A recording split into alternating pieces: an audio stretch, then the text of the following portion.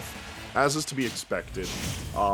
Now, how well both of them are going to be playing, that's what remains to be seen. We know it's good players, we know it's good characters. Let's see if it ends up being a good set. We started off on Pokemon Stadium, too, for this typical affair. Yeah, and kind of a reversal of story in terms of the bracket leading up. While, of course, Jakal and Zomba it's going to happen. It's usually Zomba that ends up struggling more in the early bracket, while Jakal takes so much control over everybody that he's playing against. This time, Jakal dropping 2 Game 1s on his path to winners finals, while Zomba looked absolutely dominant with his secondaries. A lot of the story of the past several fusions has been how well Zomba and Jakal are able to play leading up to fighting each other, and it's sort of alluding to how those sets will ultimately lead. But at the same time, it's on the players to actually commit to the bit, and right now Jakal taking first blood in the set at least means that he's raring and ready to go against his rival. Saving that jump, and oh, that was such a deep recovery from the Wolf Flash. That was clean. I mean, any way to get back to stage against a prolific edgeguarder like Zomba is going to be huge, and even an up throw on the platform isn't going to do it. Wolf maneuvering around these options coming out from Zomba and able to tack on 30%, and any damage is good damage when you're at 160, and 45 is nothing to sneeze at. Ooh! That's cute, it's big damage. Like, it's... Oh, hold on. What do we got here? It's simple and clean. All right, a very good kill there, leading to the 3-1 stock count. Normally, we see Jakal act as the one to respond to however buttons are pressed on the field by Zomba. Here, Zomba's just thrown into this Wolf maelstrom as Jakal continues the offensive. It's all claws here today, not allowing Zomba to really get going as yet another missed tech, but not going for the jab block that time, as finally R.O.B Nair is able to close it out. Yeah, really the shoes on the other foot today. Zomba not able to find early stocks, having to kill at 180, while Jakal closing out these big R.O.B stocks with huge plays early on, and just doing what Wolf does best, close out on reaction options and reacting to that air dodge with the dash attack, then reacting to the hitbox and dash attack in order to find the up air. Just clean play from Jakal all around. Late hit dash attack as an edgeguard response is something rare that we only see from like Wolf specialists. But to see an actual follow-up come off of it is something that I feel like I only see on the timeline. That was just a great reaction from Jakal, and overall a great Game 1. Yeah, something cementing here. Like, Jakal, every time he comes back from a major, he feels like a new player sometimes. And occasionally Zomba is able to bring him back down to earth, but sometimes Jakal's just riding on cloud 9. It's a great way to pull momentum as a player when you move from performance to performance and take those lessons alongside of you. But it's never a constant. You don't know for certain how someone's going to adapt from however they're traveling and whatever they're traveling to, however well they do. Another up tilt. This time, Zomba starting to try and track down these anti-airs on a really hopping around Wolf, but missing the grab afterward. And the F tilt as a response is going to whiff completely as Jakal maintains center stage. Seeing what Zomba can do yet again on the ground. Well, now that you point out the hopping around, I'm noticing Jakal is significantly more mobile in this current set than we typically see these two. And R.O.B's got the tools to be able to do something about that. We see the down smash secure first stock of Game 2, but in general, it's like Zomba could be leaning a bit heavier into zone control with R.O.B's tools. And I'm curious to see how that's going to end up leading to the layers of this match. We always see these two like adapting from however they're playing on any given week, but this is a very big role reversal from what we tend to see out of these two guys. I mean, Game 1 was a statement for sure from Jakal, but this Game 2 is starting to shape up as a statement from Zomba. It's like, yeah, anything you can do, I can do better. But Jakal not trying to let things slip out of control too far, and with how comfortable Jakal has been on PS2 throughout his entire career in Smash Ultimate, 90 to 100%, doesn't take that long to amass, especially with these any sort of platform chases he was able to maintain. But Zomba, with a quick, after a brief moment of delay, able to strike back with the quick snare. I think it's a combination of the fact that Wolf performs really well on this stage, just because a lot of his combos require you to have to restand multiple times, so you've got a lot of space to do stuff like that. But on top of that, Wolf deals a lot of damage with each of his hits, so if you are getting those larger combos, like, you're bound to make up damage deficits with relative ease. Like, the match leans more in watching stock to stock and the adaptations from game to game in these players, because you know the damage is going to rack up very quickly, and with only 1 or 2 interactions open to either Wolf or Rob.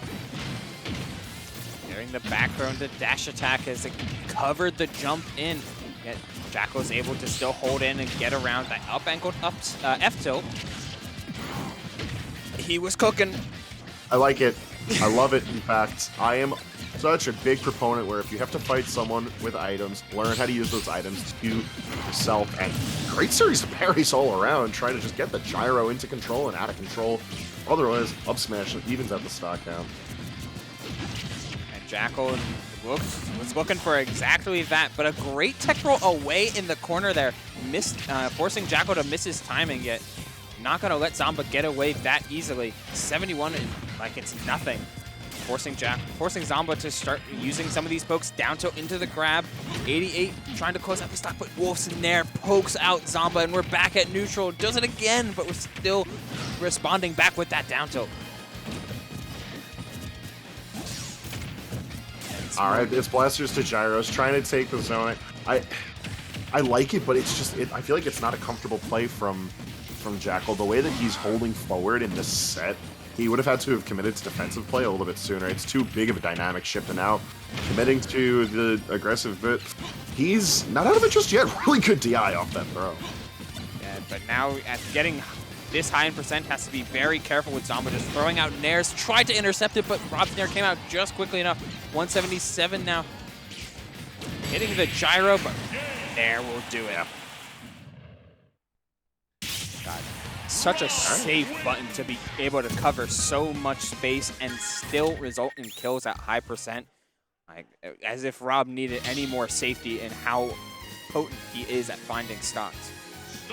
Yeah, and you know, it's kind of a bold call from Zomba to be spacing nairs like that, because even though, of course, nair is a very large move, it's not particularly fast, and hitting with the later end of it is a rather big commitment. You have to have a very strong idea of knowing where Jakal's going to try to position himself, and I think that kind of chalks back to what we were talking about earlier against Mr. Durkon, where, yeah, Wolf's going to be jumping around a lot, and you even highlighted how much Jakal's jumping around in this set alone, but he's going to land somewhere. Rob happens to be a really good character for picking up those landings.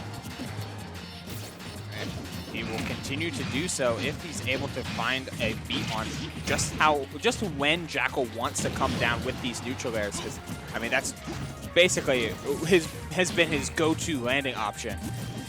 I mean, not to steal a bit from Rivers, but just count how many nairs Jakal goes for, and even an Ike main would be surprised. It's going for the move often with good purpose. It's a move that takes up a lot of space, has a respectable knockback, not bad damage, and not just leads into combos in its own right, but it leads into taking so much stage control. And that's a big deal for Wolf, especially if this Wolf is forced to fight from behind. This is the full combo extension. I like how Zomba's been going for a little bit more of those, going for a little bit more Z-drop sauce, if you can call it that. Oh, no way. Okay, not the stock. He's good. I mean, well, the combo may not have ended in the stock. This ledge trap might. I mean, yeah, you're walking away with a lot of damage, but hey, you didn't lose the stock. Still. Yeah, you got to be optimistic with these kind of things. Up smash for up smash. And that shield was mighty low, but able to defend Jakal just enough in order to find that reversal. And now here's where Jakal hasn't really struggled all that much. Making up damage has been the fine part. But in game 2 and onwards, stocks has been more and more troublesome. Like, trying to play this out in a way where he's trying to instigate more defensive play, I think starting it early on is a better move for Jakal. We started to see it towards the end of the previous game, but I think it was too little too late. Here, you don't have a lot of wiggle room because this is still best of 3, but at least you're setting the tone now so that you can adjust it later. And I think that's something that R.O.B lacks, his ability to be able to set that pace accordingly. While he has great tools, he does have to sort of keep it within the lane of a little aggressive or a little defensive. Wolf, though, Wolf can augment as the situation calls for, and Jakal, even though as a player tends to lean towards that more defensive play, has no problem rushing you down. Yeah, especially as of late, just seeing Jakal start to evolve that playstyle further and further. 122 now finds the dash attack. It's a pretty early hit, though, not able to send out like he wanted to. Trade, but still realizing that Zomba wanted to find these down tilts and forcing him to go high as well. Clean wrap up from Jakal. It's only 34. This is the best position he's been in since the ending of game 1. Yeah, that defensive play working out really well. It's forced him to play at this very strange mid-range where he's practically in R.O.B's face, but he's not committing to anything just yet. And he knows it's because if he overextends even a tiny bit, Zomba makes a ton of damage up here or potential early stocks. Like, there's no situation that's quite safe, but forcing Zomba's hand besides your own, I think, is the better call. And it's what's keeping this situation so neck and neck. Clean frame trap with that Nair. Looking for a very specific drift with a very specific defensive options, but hey, Wolf F Smash not pretty low on that frame, the FAF, so you can cover that and you can cover the neutral get up too, forcing Zomba into the corner. That was everything that Jakal wanted in that game 3, in basically the latter half of that game 3. It's like, how do I get Zomba to stop recovering high and force him to go to ledge, go into these, go closer to the side blast sides of PS2. Taking the stock up high taking the second stock up high certainly cemented that idea in Zomba's head, and it worked out great for Jakal. Not gonna lie, I was a little worried for Jakal, but he managed to bring it on home. The fact that his defensive play is that strong, that he's able to decide halfway through the set, it's like, I'm going to stop playing aggressive. I think I'm just going to camp in your face. And then manage to make it work against someone like Zomba. Very impressive. Though, if the trends of Fusion are anything to go by, he's going to have to probably make it happen again. Before we get to that point, though, loser semifinals has to roll